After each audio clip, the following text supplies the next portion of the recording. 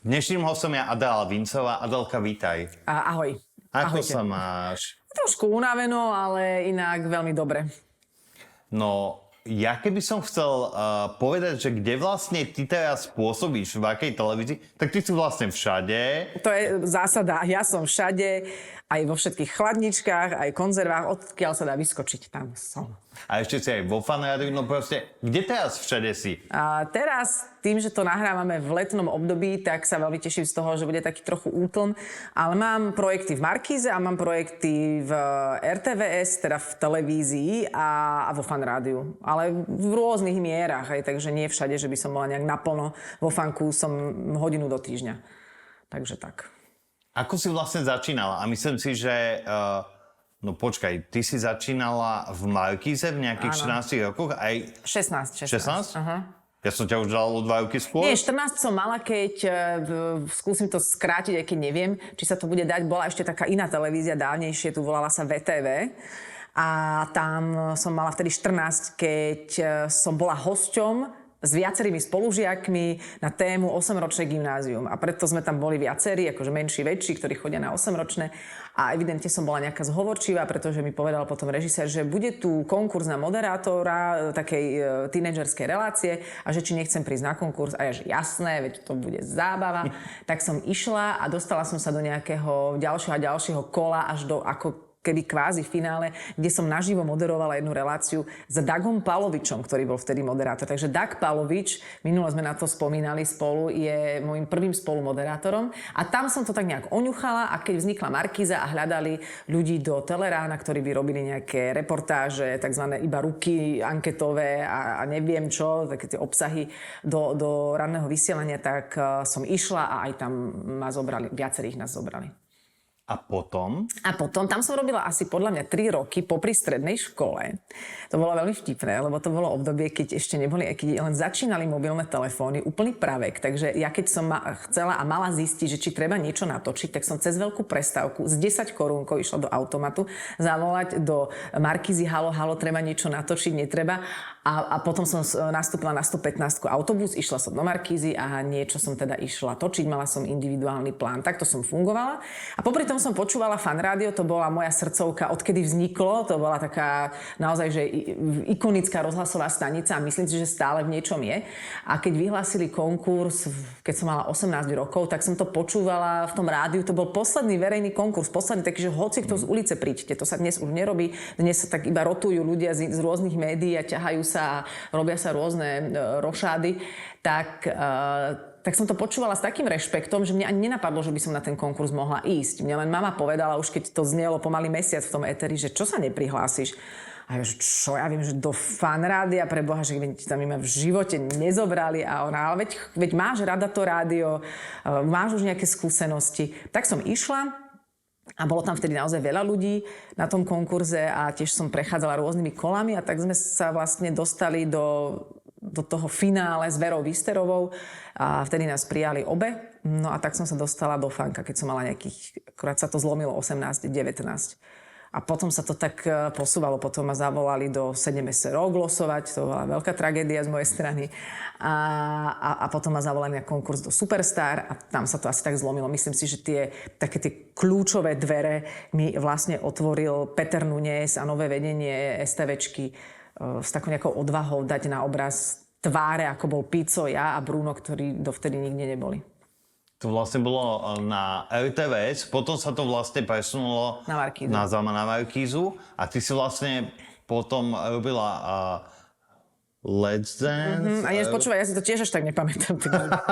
Čo povieš, tak to bude. A všetky tie veci, ale ešte ma zaujíma, že trochu inak na RTVS. Ako to vzniklo lebo vy ste tam už pomerne dlho, nie? Na RTVS-ke už neviem teraz úplne koľko sme na dvojke, ale ten celý projekt má 10 rokov, ale najprv sme boli na TA3. A to treba aj akože zachovať tú vďaku za to, že oni si nás objavili. To mal byť len divadelný projekt v Národnom divadle. Oslovil ma Dano Rabina, vtedajší marketingový riaditeľ, že by chcel takúto talk show, kde si budem pozývať hostí, ktorých chcem a bude to vlastne ako predstavenie, na ktoré si ľudia budú kupovať lístky. Mala som z toho veľký stres a rešpekt, lebo som si zažila Adela show v Markíze a bolo to náročné a mala som pocit, že to nerobím úplne tak, ako by som to chcela robiť a že mi to ani nešlo tak, ako by som chcela. No ale zrazu to prostredie divadla bolo úplne iné ako prostredie televízneho komparzu. Boli tam ľudia, ktorí si zaplatili za tie vstupenky, boli to ľudia, ktorí chodia do divadla, malo to trošku inú energiu vnútornú celú, takže som bola už z prvého predstavenia nadšená, kde bol hosťom Roborod a Renata Ormandíková. A hneď po tej prvej časti, neviem, asi si to bol pozrieť niekto z teatrojky, nás oslovili, že či by to nemohlo chodiť u nich na obrazovkách. No a tak sa to rozbehlo a potom sme spišneli, potom sme zažili väčší nárast sledovanosti a záujmy a sme opustili teatrojku a išli sme do RTVS. Ale myslím si, že to bolo pochopené na všetkých stranách. No ale nezabudnem im teda, že oni si nás našli. Ty si spomenula tú školu, tak aké všetky školy máš za sebou vlastne ty? Nemám zase nejak, že super veľa škôl, mám také tú základnú, ale tá sa potom preľnula do 8-ročného gymnázia, z ktorého som po 4 rokoch prestúpila v tej istej budove na 4-ročné, ktoré bolo bilingválne, lebo 8-ročné bilingválne nebolo. Takže som mala vlastne všetky predmety od 1. do maturitného ročníka v nemčine, okrem telesnej dejepisu a slovenčiny asi. A tým pádom som tú nemčinu, ktorú som mala ešte z detských čias, keďže sme boli ešte za sociku vďaka diplomatickej práci môjho otca vo východnom Nemecku, v našom spriateľnom socialistickom svete. Tam som chodila do škôlky, čiže som dostala vlastne reč do daru. Neviem, ako by som sa inak nemčinu naučila. Doteraz, keď sa ma Viktor pýta, prečo je to tak a tá gramatika je tak, ja mu to neviem vysvetliť, ja to mám zo škôlky. Takže tam som si na gymnáziu tú nemčinu utvrdila, utriasla a potom som, tým, že som už pracovala v Markíze a že ma zobrali do fanka práve v tom tomto období, tak som si dala rok prestávku. Ja som vlastne nevedela ani, že čo chcem študovať, keďže som už kvázi pracovala a robila to, čo ma baví. Tak som si povedala, ale tak zase nemusí mať každý vysokú školu, ale po tom roku som si aj sama uvedomovala, že čerpať len z toho prostredia komerčného rádia a nemať žiadne iné piliere nejakého vzdelania a prehľadu, že to nebude asi stačiť, tak som sa na odporúčanie pani Ivety Radičovej, ktorá tak celkom dobre načítala, že ani neviem, ale aj chcem, išla na kulturológiu. Je to vlastne veda o kultúre, ktorá zahŕňa tak všeobecne trošičku všetko z tej oblasti aj filmu, aj divadla, aj výtvarného umenia, aj hudby, aj nejakej sociológie, aj nejakej filozofie, nejakých kulturologických konceptov. Takže mi to dalo niečo, čo podľa mňa konkrétne, keby si sa ma teraz opýtal, si nepamätám nič, ale niekde na -7 poschodí môjho podvedomia to tam žije a tvorí nejaký základ pre to asi aj kto som, aká som a ako robím svoju prácu. Zaujíma ma nemčina. Ja teda nemčinu učil som sa asi 16 rokov. To je málo.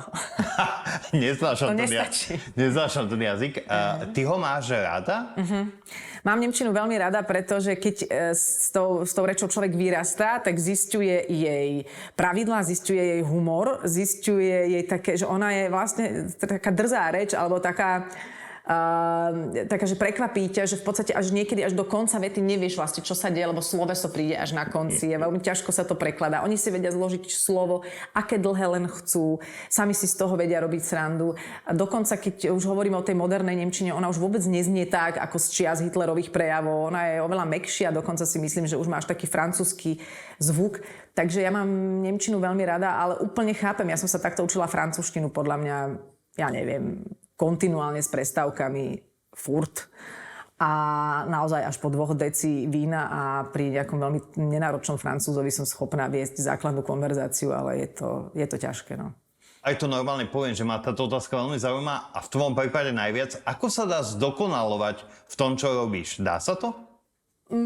Myslím si, že ja dúfam, že to robím, ale myslím si, že človek musí mať hlavne záujem.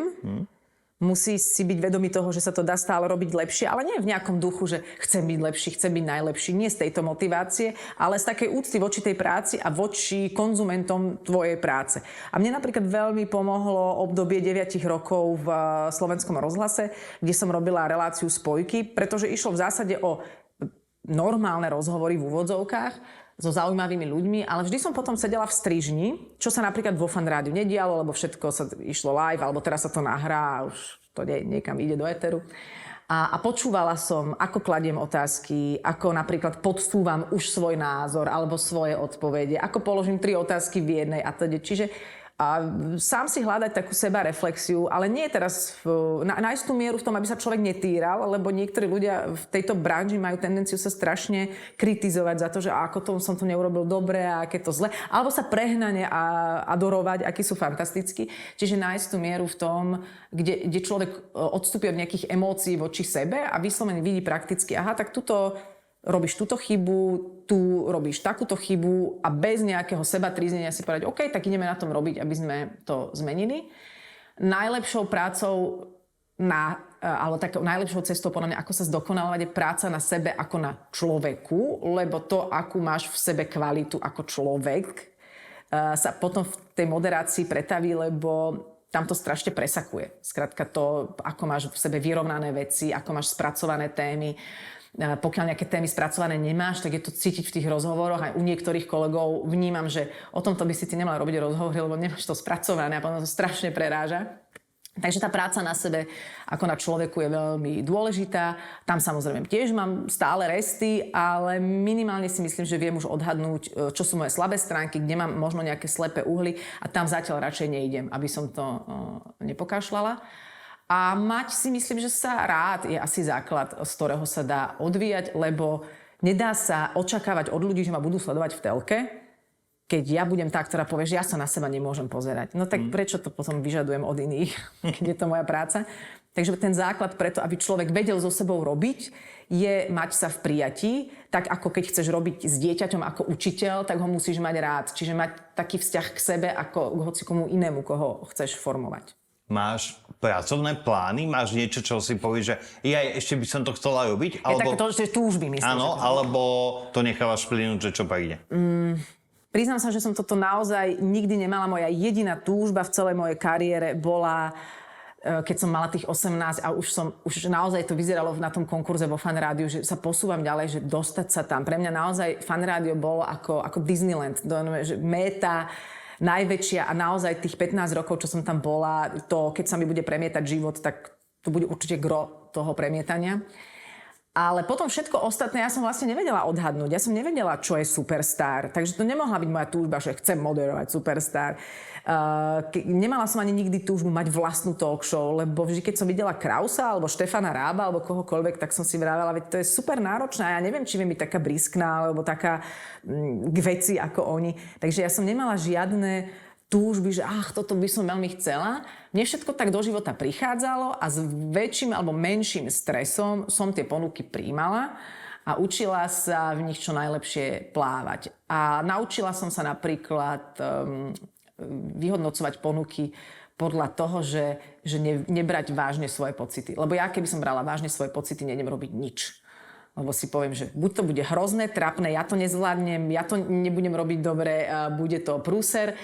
A preto si vždy poviem, Adelka, toto si hovoríš pri všetkom, toto je tvoje ego prestrašené, sebariešivé, nepočúvaj ho, choď do toho a aj keď to bude hanba, no tak to prehrmi.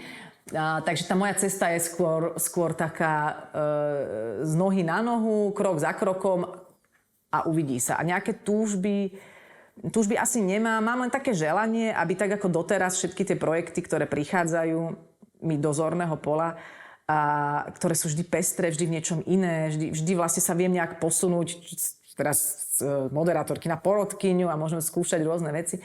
Takže aby tá pestrosť zostala zachovaná, aby vôbec nejaké projekty boli a aby, keď raz to už nebude, aby som to vedela vnútorne prijať a nájsť si v tom živote vždy nejaké naplnenie a radosť. Aby som nebola na tomto závislá. To je také moje želanie, ale niečo konkrétne asi nemám. Je v dnešnej dobe presadiť sa pre mladého človeka ťažké podľa teba?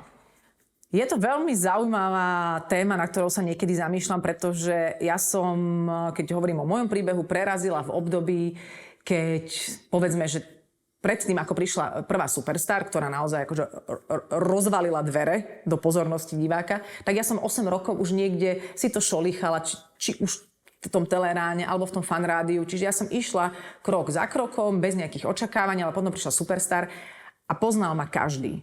A myslím si, že do veľkej miery z toho žijem dodnes, že stále som v nejakom televíznom projekte, hoď televízia už nemá taký záber medzi ľuďmi. A tým pádom to bolo pre mňa, nechcem povedať, že či ľahšie, všetko má svoje pre a proti, ale teraz keby som prišla a išla moderovať napríklad Talent československý, alebo teraz keby som ako nová moderátorka prišla robiť Superstar, tak možno 70% ľudí o mňa ani netuší, lebo už to tak ľudia nesledujú. Zároveň v dnešnej dobe máme internety, Instagramy, TikToky, YouTube, kde môže každý niečo ponúknuť, len má oveľa väčšiu konkurenciu, ale každý má tú šancu, čo predtým sa bolo treba nejak preboxovať alebo dostať sa cez všelijaké tieto klasické konkurzy. Takže má tá doba svoje pre a proti, ale ja si aj tak myslím, že v tom finále tá podstata je, že kto tam nejak má byť, tak tam je. Že to je podľa mňa taká vyššia hra. Že ja som tiež len súčasťou nejakej hry, nejaká figurka, ktorá bola do toho hracieho pola daná, lebo tu mám asi slúžiť niečomu, že mám možno naučiť ľudí, ja neviem, prijať iný vzhľad, alebo možno, neviem, že skrátka si nemyslím, že to je úplne vždy len o tom jednotlivcovi, ako sa rozhodne. Takže základ je robiť to, čo človeka baví a nemať očakávania a nerobiť to preto, aby bol človek populárny a známy. A to si myslím, že potom v akejkoľvek dobe, keď tam ten človek má byť, tak tam bude. Máš možno odkaz začínajúcim ľuďom, ktorí keď toto vidia, si povedia, že ja chcem robiť to isté, čo Adela? Máš možno pre nich nejaký odkaz? Musím ten odkaz hovoriť do kamery? Môžeš aj ku mne, ale môžeš aj do kamery. Takto, že sa to od teba odrazí. Neviem, či mám odkaz, ale čo sa mne ukázalo v živote ako funkčné je, že napríklad to, čo robím, som mala už ako detskú hru. Že som sa hrala rada na rádio, keď som mala 8 rokov a nebol za tým žiaden kalkul a zámer, aby som niekde bola raz populárna rozhlasová alebo televízna moderátorka.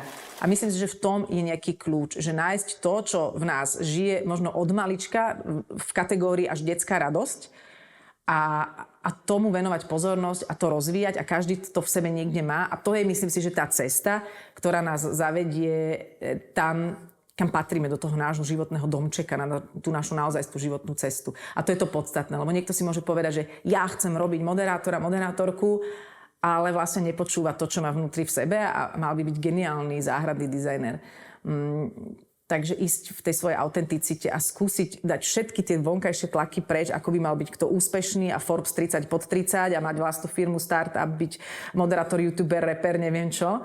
Skúsiť to dať všetko preč a počúvať, že kde sa to moje vnútorné dieťa teší, keď robím čo. A to je podľa mňa cesta k šťastnému životu a ten úspech je potom už len taký vedľajší produkt. Toto bola Adela Vincová. Ďakujem, Adelka. Ja ďakujem.